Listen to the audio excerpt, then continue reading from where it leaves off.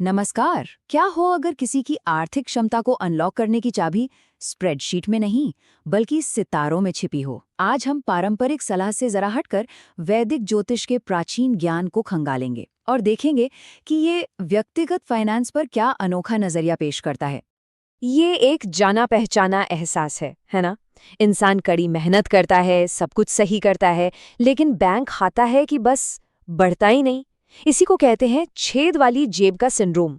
ये वाकई निराशाजनक हो सकता है, पर वैदिक ज्योतिष कहता है कि इसका जवाब शायद बजट में नहीं, बल्कि किसी के अपने कॉस्मिक ब्लूप्रिंट में छिपा हो सकता है। तो आखिर ये वैदिक ज्योतिष या ज्योतिष है क्या? इसे एक तरह से पर्सनल कॉस्मिक मैप समझिए, जो किसी के जन्म के बिल्कुल सटीक पल में तैयार होता है। ये मैप सिर्फ पर्सनालिटी के बारे में नहीं बताता, बल्कि ये किसी की फाइनेंशियल जिंदगी में छिपे हुए पैटर्न और छुपी हुई संभावनाओं को भी उजागर करता है।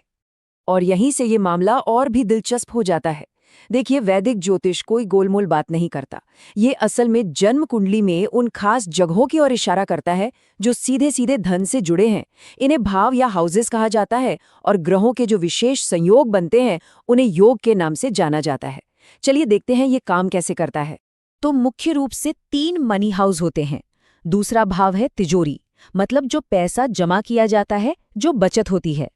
11वां भाव है कैश फ्लो, यानी आमदनी और मुनाफा कमाने की क्षमता। और फिर है 9वां भाव, यानी भाग्य, अचानक मिलने वाले लकी ब्रेक और सुनहरे अवसरों का घर। लेकिन सारे ग्रह हमेशा मददगार नहीं होते। कुछ ग्रह धन अवरोधक की तरह भी काम कर सकते हैं। जैसे शन अक्सर देरी लाता है, मतलब नतीजों से पहले सब्र और कड़ी मेहनत की जरूरत होती है। दूसरी ओर राहु, वो अचानक लाभ दे सकता है, पर ये अक्सर एक भ्रम होता है जो जल्दबाजी में लिए गए फैसलों से नुकसान की तरफ ले जाता है। ये एक क्लासिक कॉस्मिक उतार चढ़ाव है। ये सारे ग्रह मिलकर योग बनाते हैं, एक मजबूत धन योग, जिसमें धन के ग्रह तालमेल में हो। ये बताता है कि समृद्धि का एक नेचुरल फ्लो बना हुआ है। इसके उलट एक दरिद्र योग, जहां वही ग्रह मुश्किल हालात में हो, वो फाइनेंशियल स्ट्रगल या कर्ज का संकेत दे सकता है। लेकिन याद रखिए, ये सिर्फ पैटर्न है, कोई पत्थर की लकीर नहीं। ठीक है, थ्योरी काफी हो गई। अब इसे प्रैक्टिकल बनाते हैं। अगले 3 स्टेप्स में हम देखेंगे कि किसी के फाइनेंस को कंट्रोल करने वाले मुख्य ग्रह को कैसे खोजा जाए। तो चलिए उस व्यक्तिगत धन के स्वामी से मिलते हैं। ये जितना लगता है उससे कहीं ज्यादा आसान है। स्टेप 1, जन्म कुंडली को देखिए। सबसे ऊपर वाला जो डायमंड है उसे ढूंढिए। उसके ठीक बाईं ओर का घर ही दूसरा भाव है, यानी धन भाव। स्टेप 2, उस घर में जो नंबर लिखा है उसे नोट कर लीजिए। वो नंबर एक राशि को दिखाता है। और स्टेप 3, अब बस उस नंबर को उसके स्वामी ग्रह से मिलाना है। वही ग्रह है धनाधिपति, यानी धन का स्वामी। स्टेप 2 के लिए ये टेबल एक तरह की डिकोडर की है।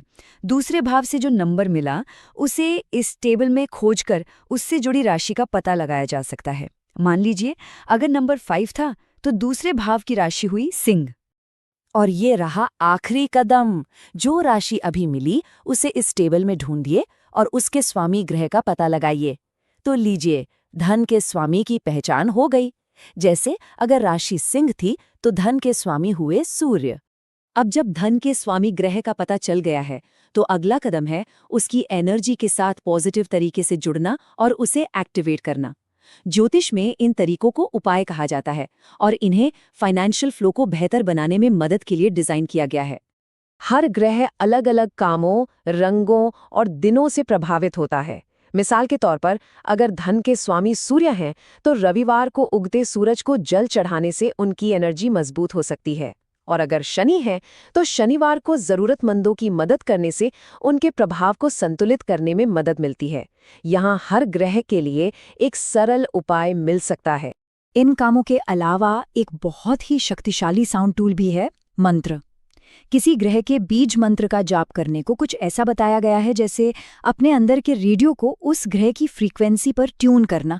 ये एक तरीका है उन एनर्जेटिक रुकावटों को दूर करने का जो फाइनेंशियल रास्ते में आ रही हों। हर ग्रह का अपना एक यूनिक बीज मंत्र होता है। ऐसा माना जाता है कि अपने धन के स्वामी के मंत्र का रोज 108 बार जाप करने से उसकी पॉजिटिव एनर्जी बढ़ती है। ये न सिर्फ बेहतर फाइनेंशियल हालात को आकर्षित करती है, बल्कि एक खुशहाल मानसिकता को भी बढ़ावा देती है। व्यक्तिगत उपायों के साथ साथ हमारा आसपास का माहौल, हमारी जगह भी एक बहुत जरूरी भूमिका निभाती है। यहीं पर ज्योतिष की सहयोगी विद्या वास्तुशास्त्र काम आती है। ये हमें एक ऐसी जगह बनाने में मदद करती है जो धन के लिए एक चुंबक की तरह काम करे। कुछ आसान से वास्तु बदलाव भी बड़ा फर्क ला सकते हैं। जैसे उत्तर दिशा धन के देवता कुबेर से जुड़ी है, तो इसे हमेशा साफ और क्लटर फ्री रखना चाहिए। काम करते वक्त ग्रोथ की एनर्जी से जुड़ने के लिए उत्तर या पूर्व की तरफ चेहरा करके बैठें। और हाँ, ये पक्का करें कि तिजोरी या कैश बॉक्स दक्षिण पश्चिम में हो, जो धन का स्वागत करने के लिए उत्तर की ओर खुलता हो। तो अब हमने ज्योतिष और वास्तु से मिली जानकारी को समझ लिया है। फाइनल स्टेप है इन सभी को एक आसान से डेली रिचुअल में एक साथ लाना, ताकि मन, शरीर और जगह सब कुछ समृद्धि के लिए एक सीध में आ सके। ये एक पावरफुल 5 मिनट का रिचुअल है जो हर दिन एनर्जी को अलाइन करने के लिए डिज़ाइन किया गया है। पहले मिनट की शुरुआत आभार से करें, अपने ही हाथों की शक्ति को पहचानते हुए। फिर 2 मिनट अपने धन के स्वामी का मंत्र जपें। चौथे मिनट में अपने वर्कस्पेस को फिजिकली साफ करें। और आखिर में 5वें मिनट में एक ग्लास पानी को अपनी फाइनेंशियल इंटेंशन से चार्ज करें और उसे पी लें। और आखिर में इन 3 सुनहरे नियमों को याद रखें। अपना बटुआ कभी भी जमीन पर न छोड़ें, क्योंकि इसे धन का अनादर माना जाता है। कोई भी टपकता हुआ नल तुरंत ठीक कराएं, क्योंकि वे फाइनेंशियल लीकेज का प्रतीक हैं। और हर शनिवार को दान करें, क्योंकि शेयर करने से एक फ्लो बनता है और ज्यादा समृद्धि को आने का रास्ता मिलता है। तो अंत में हमने देखा कि फाइनेंशियल प्लानिंग सिर्फ बजट और निवेश से कहीं ज्यादा हो सकती है। ये हमें सोचने के लिए एक पावरफुल सवाल के साथ छोड़ जाता है, क्या फाइनेंशियल प्लानिंग में कहीं एक कॉस्मिक डायमेंशन की कमी तो नहीं है?